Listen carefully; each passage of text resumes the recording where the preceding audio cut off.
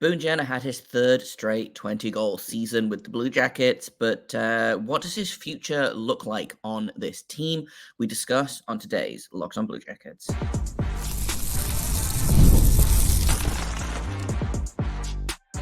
You're Locked on Blue Jackets, your daily podcast on the Columbus Blue Jackets, part of the Locked on Podcast Network, your team every day. Hello and welcome to Locked on Blue Jackets, part of the Locked on Podcast Network, your team every day. I am, as always, your host Jay Foster, here to give you the good, the bad, and the ugly about your favorite team and mine, the Columbus Blue Jackets. Before we get started, I want to thank everyone for making this your first listen of the day every single day. Locked on Blue Jackets is free and available on all podcast platforms and over on YouTube. I also have to let you know that today's episode is brought to you by FanDuel. Make every moment more. Right now, new customers are going to get $150 in bonus bets with any winning $5 bet. Visit FanDuel.com/locked on to get started. We're talking about Boone Jenner today. I know I promised you the Dmitry Voronkov season review, but the order I'm going in is in order of team scoring right now, and Boone Jenner had more points than Dmitry Voronkov, so he gets to go next. Got a lot to say about Boone Jenner. Not all of it is going to be super popular, I don't think, but we'll do it. We'll do the good, the bad, and the ugly. We'll talk about his future on the team. Should the team move him? My answer to that is no, but we'll get into why that is a little bit, and we'll talk about what his role on the team should look like next season. Because spoiler alert, it should not be the number one center of this team, but we'll get into that later on. Boone Jenner was mostly healthy this season. It still worries me that he hasn't played a full season since the 2016-17 season. He played all 82 games then. Then he played 75, 77, 70. Played 41 in the year that got cut short due to COVID, or the post-COVID shortened season. What was it, 50-something games I think they played. He played 41 of them. Then he played 59, 68, and then 58 games this season because he was injured again. And that's not a knock on Boone Jenner. I think it's one of those things that, listen, you can't toughen your way. You can't, macho your way out of a broken jaw, which is what he had this season. It was not the broken hand, which I kept saying earlier on in the offseason. It wasn't. The broken hand was last season. This season, broken jaw. Just really bad luck, and he still has 3 straight 20-goal seasons, which I know a lot of people don't love his contract, but I think it's perfectly fine. He's making 3.75 for the next 2 years, so I'm fine with that. But as far as this season goes, a lot to like about. And again, most of the issues I have with Jenner are issues that are kind of a little bit out of his control, So, my number one issue with Boone Jenner is he plays too much. And that's a coaching thing. That's not what Boone Jenner, I'm not expecting him to be no, I play too much.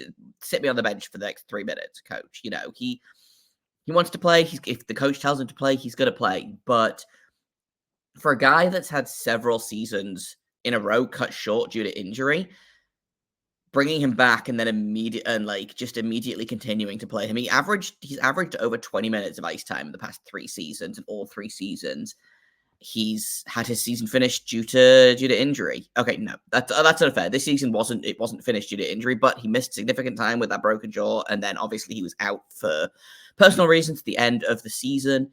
But the games that he did play, I thought he was good. I thought he was fine. He was exactly what I expected him to be, which is a goal scorer that kind of crashes and bangs around. And he just, what you're going to get with Boone Jenner. And I think that's part of the reason why he gets played so much, is because what you're going to get with him. There's not the unknown. Boone Jenner gets on the ice and what you're going to get. You're going to get someone who throws himself around, scores some goals, is decent on the power play, is fine on the penalty kill, and will throw himself in the way of anything he can. Like it's not glamorous, it's not sexy, it's not flashy. It's just kind of straight. It's just kind of Boone Jenner hockey, and that's why I was kind of a little bit surprised he didn't move at the deadline. When his contract was up, he was going to be a UFA. They extended him, but I'm not surprised that we every season we hear about teams are interested in Boone Jenner. Teams are interested in Boone Jenner because he plays that kind of hockey that hockey men love. It's not flashy. It's just kind of straight up and down. Exact. You know what you're going to get with Boone Jenner. I like his game. Like I said, it's not fancy. It just kind of it is what it is, and sometimes you need players that are what they are. The problem is with Boone Jenner, and kind of this has been an ongoing problem, is that they're playing him like he's a much better player than he actually is, and part of that, I think, was that the Blue Jackets just didn't have literally any centers for like 2 straight seasons. But even when they have, young centers that are starting to emerge, that are starting to blossom, and Boone Jenner is still sitting in that 1C spot, while, a guy like Adam Fantilli, for example, is on the wing, or a guy like Cole Sillinger is on the third line. Like, it's frustrating. I understand the logic behind it, because it's just, again, I've said this a million times. You know what you're getting with Boone Jenner. The team was not very good, and there's this weird narrative in hockey generally, but like specifically with the Blue Jackets the last couple of seasons, which is the veterans get the ice time because you know what you're getting with them. You don't have to play the high risk, high reward game if you can just have a decent risk, like no risk, decent reward game, which is kind of what you get from Boone Jenner. In terms of like stats and whatnot, he was fourth on the team tied for third on the team in hits. He was the leading or second place forward in he tied with Cole Sillinger for shots blocked by the player. In terms of like goals above expected, he was 1, which for a team that only had 9 players that had 1 like goals above expected of 1 or more is pretty good. Like, he's a perfectly cromulent middle 6 forward that has been playing above his station for several seasons now. And I think that's the frustrating thing for me about Boone Jenner. Let's take a quick break, and then when we get back, I want to talk a little bit about who he played with this season, why that was a good thing, why he shouldn't be playing with these people next season, which is kind of feels contradictory, but is how I feel. So we'll talk about that in just a second here at Locked On Blue Jackets. First, I'm going to tell you about FanDuel, because it's winner take all time in the NBA and the NHL. And FanDuel is giving you a shot to bring home a big win of your own. Right now, new customers are going to get $150 in bonus bets with any winning $5 bet. Literally, all you have to do is go to FanDuel.com/locked-on, find the heaviest favorite you can, put $5 on it, and if they win, you're going to get $150 that you can use in bonus bets on spreads, money line, player props, the NBA, the NHL, MLB, like the NASCAR. I don't know. I've run out of sports that are happening right now. But all of that you can do at FanDuel.com/locked-on. Make every playoff shot count. Once again, $150 in bonus bets with any winning $5 bet. FanDuel, America's number one sportsbook. Welcome back to Locked On Blue Jacket. Thanks for making us your first listen for the day every single day. We're talking all about Boone Jenner. 3 straight 20-goal seasons. I believe was second on the team in goals this season, behind only Kromachenko, who had, I want to say, 25 goals this season. So, like, I I feel like I've been really negative with Jenner this season.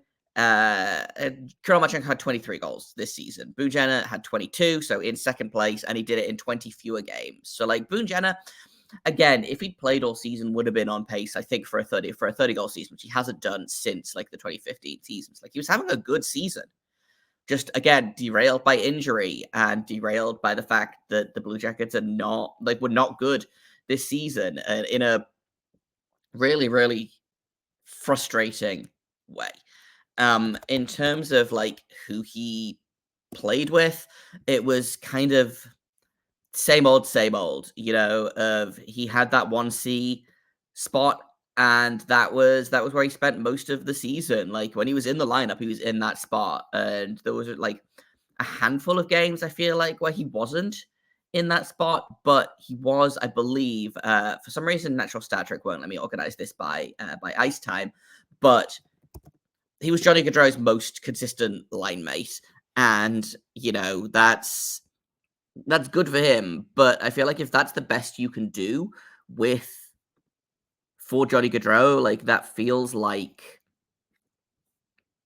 a problem, or not a problem, but it's like I can understand why it's frustrating to look at Johnny Gaudreau, who you paid, $9 million for the next 7 years or whatever, and his most consistent line mate this year were Johnny Gaudreau and Jack Roslovic. Like that was the most played line for Boone Jenner. Second place was Gaudreau, Jenner, Marchenko. They had just over 100 minutes fewer. And then underneath that was Gaudreau, Fantilli, Danforth, which I think only happened when Jenner was out. So like Jenner is going to get that prime 1C spot until someone is forced to take it away from him, and that should probably be the coach.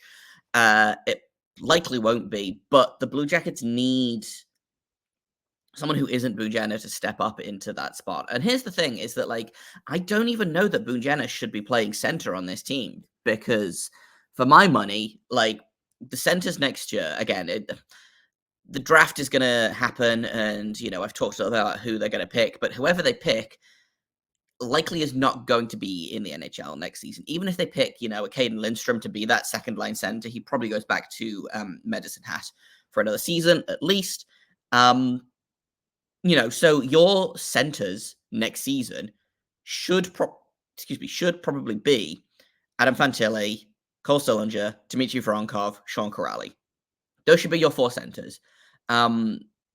Put Boone Jenner on the wing. I think he's a more effective winger than a center just because of the way he plays the game.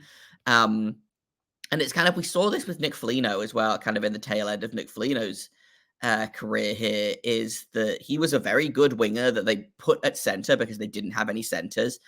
And he wasn't as effective there. He was fine, but he wasn't as effective as he was on the wing. And Jenner's game is very similar. He likes to throw himself into the corners. He likes to forecheck. He likes to take guys up against the boards. Like, you put him at wing, and I think you're going to get a much better Boone Jenner who doesn't have to be as cognizant of the middle of the ice. Yes, he's the only one on the team that knows how to win faceoffs, like, consistently, but that's, I don't know, faceoffs is not the be-all and end-all of being a center. And I think if you put Boone Jenner on the wing, it frees up a spot for either Adam Fantilli or Cole Sillinger to step up, because for my money, Adam Fantilli should be the number 1 center this season. I think Cole Sillinger has had a really good season. We'll talk about Cole Sillinger when we do his season review, probably later this week or early next week. But Boone Jenner, put him second or third line wing, give him literally like 3 minutes less ice time a game, and I think you're going to get a much, much better Boone Jenner that probably will not have as many injury issues, will be more effective, will not have the same pressure that he has playing on that top line center spot. And he responded to that pressure like he did. He was perfectly fine there, but I'm no longer okay with fine as an option for this team, I think if this team continues to live and die by, and this was kind of a topic in the second half of the season, talking to like Pascal Vincent, the head coach, he was like, I'm playing Boone Jenner because he's the only one that's giving me what I want. And that's why he keeps getting ice time over everybody else. And like that kind of thinking that's going to be the enemy of the Blue Jackets this season. You know, you can't sit here and say, Boone Jenner is the only one giving me what I want. Well, maybe you want the wrong thing. You know, like this team is still losing, even with Boone Jenner playing 22 minutes a night. So what are we doing here? You know? Let's take another quick break. And then I will talk a little bit about grade for the season, who I think Boone Jenner should play with next season, and we'll finish it up with that. So that's coming up here in just a second here on Locked On Blue Jackets. First, I'm going to tell you about Policygenius, because life insurance is so important, but trying to find the right policy on your own is confusing, it's time-consuming, it's overwhelming, and I know I personally get kind of paralyzed by there's so many different options out there, and luckily, you don't have to be overwhelmed, because Policygenius will do the whelming for you. With Policygenius, you can find life insurance policies that start at just $292 a year for $1 million of coverage. And they've got options that offer things like same-day approval. You can avoid unnecessary medical exams. And it's convenient. It's time-saving. They do all of the work for you. So you just have to compare the quotes, find your lowest price, and victory, profit. They give you unbiased advice from a licensed expert support team. They've got no incentive to recommend one insurer over another, so you can trust their guidance. And they have thousands of 5-star reviews on both Google and Trustpilot from customers who found the best fit for their needs. Check life insurance off your to-do list in no time with Policygenius. Head to policygenius.com/lockedonnhl or click the link in the description to get your free life insurance quote and see how much you could save. Once again, that's policygenius.com/lockedonnhl. Welcome back to Locked On Blue Jackets. We're talking about Boone Jenner, and I teased something in the beginning of the episode and then didn't follow through with it. So we're going to talk about that now, which is, should the Blue Jackets trade Boone Jenner? And I kind of fall on the side of no. Quite frankly, I think trading your captain is almost always a mistake. I think he adds a lot to this team in terms of the behind the scenes stuff that you don't see. Obviously, he's effective on the ice. And there's this weird thing that like your captain should be your best player, and like that's simply not true. I think people have been skewed by like the Crosby, the McDavid, the Ovechkin captaincies, you know? Boone Jenner, I think, is a really great captain, and I think he's an important part of this team. And I know I've just spent like 7 or 8 minutes talking about why he should play lower in the lineup and should get less ice time. But I still think he should be on this team, and I still think that this team is a worse team if Boone Jenner is not on it. Like, obviously, if a team comes out and like blows the Blue Jackets away and says, "Hey, we'll give you like 3 first-round picks and Mitch Marner for Boone Jenner," then I think that you say yes to that deal, you know. But for me, I don't know that you can add the value right now that Boone Jenner gives you. Obviously, caveat what, like, depending on what they offer, you know, like if they offer 2 first-round picks for Boone Jenner, I'd probably take it. Like, depending on team, if it's, you know, someone like the Stars who are likely to go long in the playoffs season after season, or like Tampa Bay, or, you know, the Avalanche. I know that both of those teams are probably going to be drafting in like the 20 to 25 range right now. But like, if you can, I don't know, I don't know that you win a trade with Boone Jenner if you're trading Boone Jenner. You know, I think he adds a lot to this team. I think, for all I talk about how, you know, this team needs skill and talent over like size and grit, Boone Jenner delivers a lot of things that this fan base loves and that this team loves. And I don't know that that's A, a hockey move that you want to make, or B, a PR move that you want to make. You know, if Boone Jenner comes and says, "Hey, I want to go somewhere else," then like you make that happen. But he likes it in Columbus. I think he wants to stay in Columbus. He's on a very affordable deal for the next 2 years. Like, in 2 years, let's talk, you know, or let's talk at the end of the 25-26 season, if the Blue Jackets are not in playoff contention, if they're looking to sell for picks, and they're like, I don't want them to be sellers in 2 years down the road. I would love to see that they've made any kind of progress over the next 2 seasons. But like, if they get to a point where they are sellers again, and Boone Jenner is a expiring UFA, then I could see them moving him. But as of right now, you have to balance young players with good veterans, and I feel like Boone Jenner is one of the good veterans that this team needs. Because if you trade him for, picks, prospects, whatever, then this team goes back to having like two players over the age of 30. Erica Branson is 32.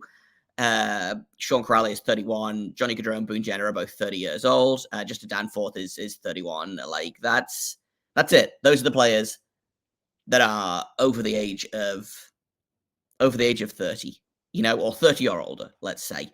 It's a very young team, and I think getting younger by moving a guy like Boone Jenner is not necessarily the move.